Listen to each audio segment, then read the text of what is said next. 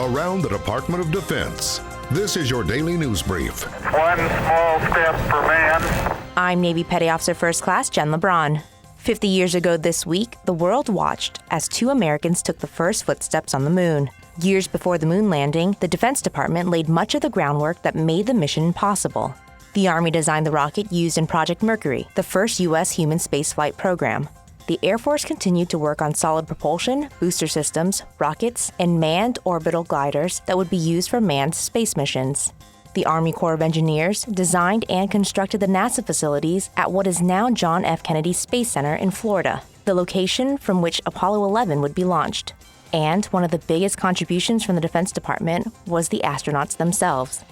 Alan Shepard, the first American in space, was a Navy pilot. The first American to orbit the Earth, John Glenn, was a Marine. And 3 Apollo 11 astronauts, Neil Armstrong, had served in the Navy, and Buzz Aldrin and Michael Collins were both Air Force pilots. Information technology is the backbone of today's modern battlefield, and even more important in a constantly evolving security climate.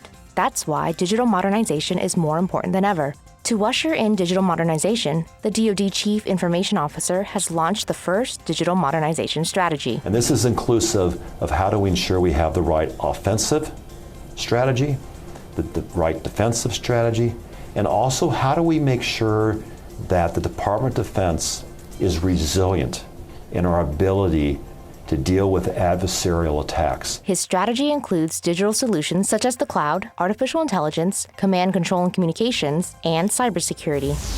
Army Specialist Fui Agbenu grew up in Ghana and won the visa lottery 3 years ago. He moved to the United States and chose to serve in the Army. I treat this job like any other job I do.